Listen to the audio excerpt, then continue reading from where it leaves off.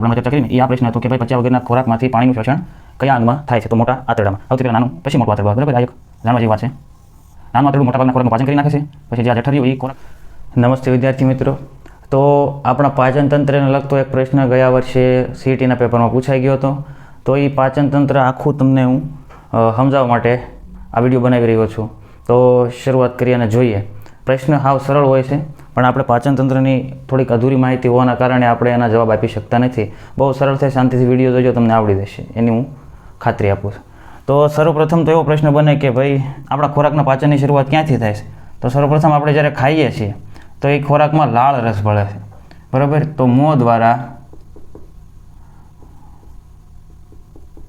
ખોરાકમાં લાળ રસ ભળે છે. એટલે કહી શકાય કે ખોરાક પાચનની શરૂઆત મોં દ્વારા થાય છે. ત્યારબાદ છે અન્નનળી. અન્નનળી તો ખોરાકનું વહન કરે છે. ક્યાં પહોંચાડશે? તો કે ભાઈ જઠર સુધી.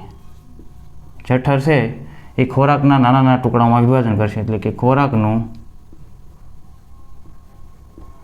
નાના નાના ટુકડાઓમાં વિભાજન કરશે. ત્યારબાદ આવશે નાનું આંતરડું, જે મોટા ભાગના ખોરાકનું પાચન કરશે. મોટા ભાગના ખોરાકનું પાચન કરશે. ત્યારબાદ આવશે મોટું આંતરડું,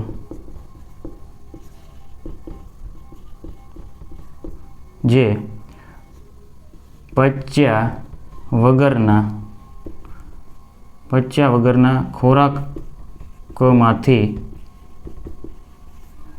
ખોરાકમાંથી પાણીનું શોષણ કરશે. ત્યારબાદ અંતે જે હાવ પચ્યા વગરનો ખોરાક છે, જે સાવ પચ્યા વગરનો ખોરાક છે,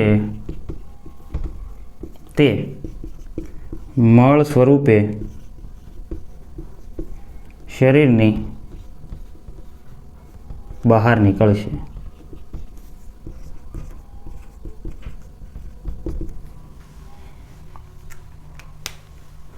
તો આપણું પાચન તંત્ર કંઈક આ રીતનું છે. જે પ્રશ્ન પૂછાણો હતો ને, કયો પૂછાણો છું હું કહી દઉં તમને. એ આ હતો, આપણે હમણાં ચર્ચા કરીને એ આ પ્રશ્ન હતો કે ભાઈ પચ્યા વગરના ખોરાકમાંથી પાણીનું શોષણ કયા અંગમાં થાય છે? તો મોટા આંતરડામાં. સૌથી પહેલાં નાનું, પછી મોટું આંતરડું આવે. બરાબર, આ એક જાણવા જેવી વાત છે. નાનું આંતરડું મોટા ભાગના ખોરાકનું પાચન કરી નાખે છે.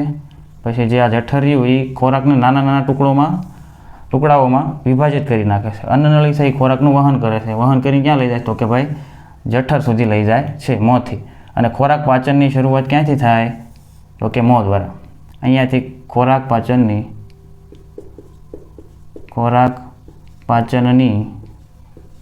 શરૂઆત થાય. ક્યાંથી? તો કે ભાઈ મોંથી. તો સર્વપ્રથમ આપણે જે બટકું મોઢામાં નાખ્યું છે એમાં લાળ, આ સાઈડમાં લાળ હોય, અને આંગળી નાખશો એટલે તરત લાળ આવશે હાથમાં. તો એ લાળ રસ એ ખોરાકમાં ભળે, ત્યાંથી જ તે ખોરાકના પાચનની શરૂઆત થઈ જાય છે. મતલબ કે ખોરાકના પાચનની શરૂઆત આપણા મોંથી થાય. ત્યારબાદ અન્નનળી દ્વારા જઠરમાં જાય. જઠરમાં ખોરાકના નાના નાના ટુકડાઓમાં વિભાજન થાય. ત્યારબાદ એ નાના આંતરડામાં જાય, ત્યાં મોટાભાગના ખોરાકનું પાચન થઈ જાય. ત્યારબાદ મોટા આંતરડામાં જાય, ત્યાં પચ્યા વગરનો જે ખોરાક છે એમાંથી પાણીનું શોષણ થાય. અને ત્યારબાદ જે વધેલો ભાગ છે એ મળ સ્વરૂપે શરીરમાંથી બહાર નીકળે. પાચન તંત્ર બહુ સરળ છે. આનાથી લેવલનું પણ જઈએ કે 6, 7, 8 ધોરણનું આપણે જોઈએ તો વધારે લેવલનું હોય વિજ્ઞાનનું, પણ ધોરણ 5 માટે આટલું પૂરતું છે. એટલે CET વાળા માટે ખાસ આ વસ્તુ યાદ રાખી લેવા જેવી છે. હવે આમાં વધારે આપણે કાંઈ ટાઈમ નથી બગાડવો. CETને લગતી પ્લેલિસ્ટ હું તમને અહીંયા બતાવું છું, તો તમને ઈચ્છા હોય તો બનાવેલા બીજા વિડીયોઝ તમે જોઈ શકો છો. મળીએ નવા વિડીયોમાં. ધન્યવાદ.